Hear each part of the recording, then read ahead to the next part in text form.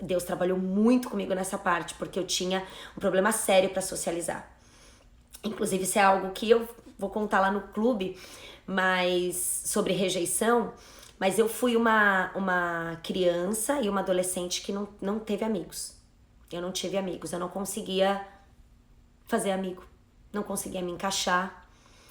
Eu não sei se alguma de vocês já passou por isso, mas eu não sei, por algum motivo eu não fazia amizade. Eu não sei, eu comecei a criar uma barreira, né, uma autodefesa, e aí que eu não arrumava mesmo amizade, porque daí além de eu não conseguir fazer amizade, não sei porquê, eu ainda coloquei uma barreira de ser grossa com as pessoas, sabe? E de falar, não preciso de ninguém, não me importo com ninguém, né? Porque se ninguém se importa comigo, por que eu vou me preocupar com os outros? E foi bem difícil pra mim, gente, foi bem difícil. Eu era sempre amiga do grupo que não tinha ninguém. Sabe? Que nem você assiste aqueles filmes dos Estados Unidos, né? Que é bem aqueles estereótipos. E eu era da turma daquelas pessoas que ninguém queria ser amiga. E eu tava ali no meio daquelas pessoas. E era uma dificuldade enorme pra mim fazer amizade. Sabe? Pra querer fazer parte do grupo, eu acabava fazendo o que as pessoas queriam, eu me tornava o que as pessoas eram, eu perdi completamente a minha identidade. Se a turma que eu andasse gostasse de forró, eu gostava de forró. Se gostasse de sertanejo, eu gostava de sertanejo. Se gostasse de axé, eu gostava de axé. Sabe? Era mais ou menos assim. E eu sempre tinha uma sensação de que as pessoas meio que me colocavam ali, tipo, ai, chama ela, coitada. Eu só fui ter mais amigos na faculdade. Na faculdade que eu fui ter mais amigos. Mas assim, eu nunca fui uma menina popular. Eu nunca fui uma menina que tinha amizade, tipo, nossa, eu tenho um amigo de tantos anos, eu tenho vários amigos, nossa, a Aline tem muito amigo. Nunca. Pra mim era muito difícil, porque a sensação que eu tinha era que em algum momento eu ia ser rejeitada. Como eu nunca conseguia fazer amigos, a sensação que eu tinha é que se eu me envolvesse com as pessoas de uma maneira mais profunda, uma hora eu ia ser rejeitada, eu ia ser abandonada. Era isso que eu tinha na minha cabeça. E aí eu nunca me deixava ter vínculo íntimo de amizade. Eu bloqueava esse vínculo de amizade antes que virasse uma amizade. Então eu tinha vários conhecidos, mas nenhuma amizade. Como é difícil, gente. Só quem passou por isso sabe o que eu tô falando. Só quem passou por essa rejeição. Eu lembro que na quinta série, a minha mãe me colocou... A gente mudava muito também. Minha mãe mudava demais. E eu lembro que na quinta série a gente entrou numa escola... eu fui pra uma escola do estado. Eu sempre estudei em escola do estado. E eu não conseguia fazer amizade naquela escola. Eu não conseguia. Eu tentava, assim, de tudo quanto é maneira, fazer amizade. Eu não conseguia. Gente, que difícil. Como é difícil a gente passar por isso. E aí... eu querendo me encaixar, né, uma menina falou pra mim, ai, fala pro professor que a fulana colou, né, e aí eu falei, pô, será que assim eu vou fazer parte desse grupo, né, se eu mostrar que eu sou uma amiga legal, importante, sabe quando você quer, eu queria mostrar que eu poderia ser amiga, aí eu fui e falei, e aí a menina falou assim, né, quando eu contei, a menina falou assim, agora eu vou te bater, gente, na hora que eu saí da escola, a menina me bateu, eu tive que sair correndo, então assim, eu já não conseguia fazer amizade, agora eu tava o quê? Com o rótulo da menina que apanhou na porta da escola. Eu acho que foi o pior ano de escola da minha vida, Foi horrível, eu cheguei em casa correndo, apavorada, tremendo, porque faz aquela roda de pessoas, né? E...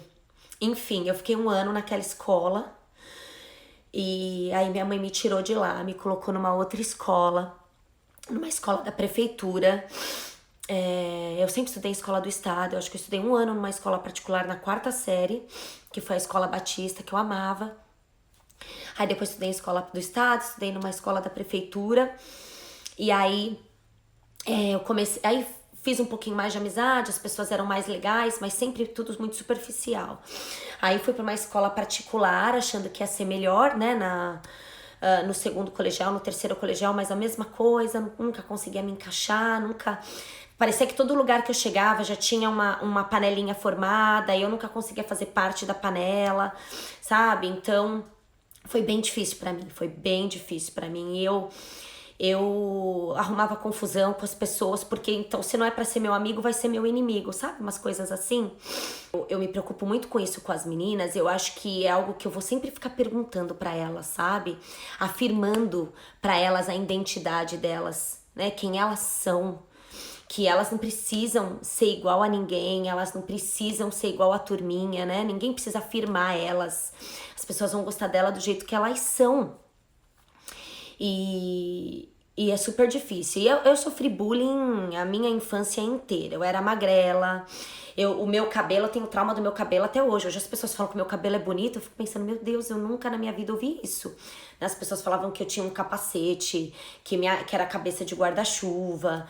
Eu era muito, muito magra. Vocês não imaginam, eu era muito magra. Então...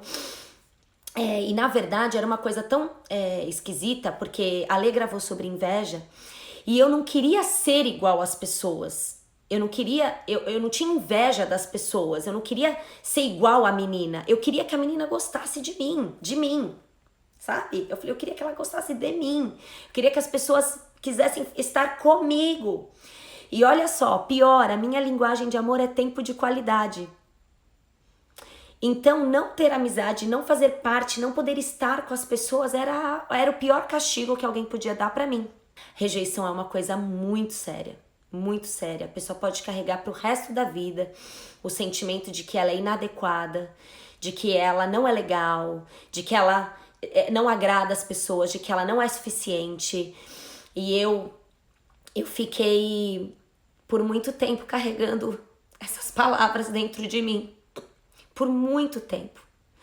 Eu achava que eu não era uma pessoa legal, que eu não ia conseguir fazer amigos. Eu carreguei por muito tempo isso. E me tornei uma pessoa bem dura. Bem dura porque eu não deixava ninguém me ajudar. Eu não deixava ninguém... eu não queria mostrar minhas fraquezas pra ninguém. Eu ia falar, eu não vou mostrar minhas fraquezas pra ninguém. Eles não me querem, azar o deles, né? E eu comecei a criar realmente umas barreiras, assim, foi bem complicado, gente, mas graças a Deus, Deus me libertou disso, sabe? Deus me trouxe uma identidade de filha amada, mas eu demorei pra entender que Deus nunca ia me rejeitar, porque a gente acaba, às vezes, passando isso pra Deus, né? Se todo mundo me rejeita, Deus também vai me rejeitar. A hora que eu errar com Deus, a hora que eu pecar, a hora que eu me afastar, Deus vai me rejeitar. E conversando com a minha pastora, né? A minha pastora trouxe uma passagem que é do Filho Pródigo, que relata bem a minha experiência e como Deus tem realmente me curado e me livrado disso. Quando o Filho Pródigo volta, ele fala assim pro pai, né? O pai tá esperando ele na porta, né? Eu não sei se todos vocês conhecem a história do filho pródigo, mas era assim, era um pai que tinha 2 filhos, ele tinha uma fazenda enorme, e aí um dos filhos fala pra ele, eu quero a minha herança e eu vou embora. E aí ele pega essa herança, vai embora, gasta toda a herança, fica sem nada, e ele decide voltar, que é exatamente o que a gente faz com Deus, né?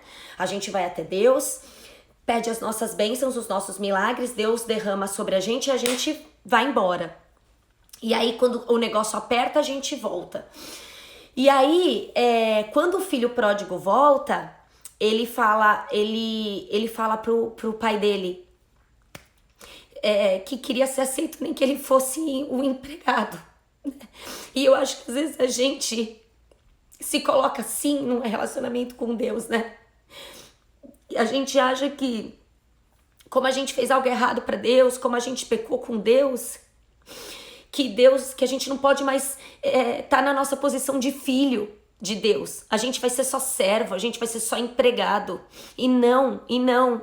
Deus tá esperando e Ele quer que a gente seja filho. Nós somos filhas do rei, nós somos herdeiras do reino, nós somos donas de tudo, de tudo. E quando Deus me trouxe pra cá, que eu fiquei sozinha, sem a minha família, que era tudo que eu tinha, eu falei, Deus, eu tô sozinha. E Deus falou pra mim, eu sou suficiente pra você. Você vai entender que a minha presença é suficiente pra você. E o que vier depois disso, você vai entender.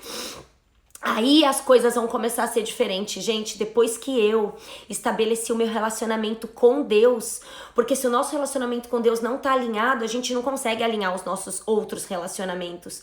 Quando eu alinhei o meu relacionamento com Deus e quando Deus começou a me curar, expor essas raízes, né, raiz de rejeição, e começou a curar, eu comecei a fazer amizade e eu não precisei fazer nada, né? Eu não precisei mudar, eu não precisei ficar me esforçando para agradar ninguém, eu não precisei ficar me esforçando para me encaixar em lugar nenhum. Por quê? Porque Deus já tinha dito qual era a minha identidade. Eu aprendi com uma moça lá da igreja que essa história minha, ela não foi uma história triste, ela é uma história de vitória, porque eu fui restituída. Eu fui restaurada, eu fui renovada. Então, nem sempre as histórias que parecem tristes são histórias tristes. Elas são histórias de vitória.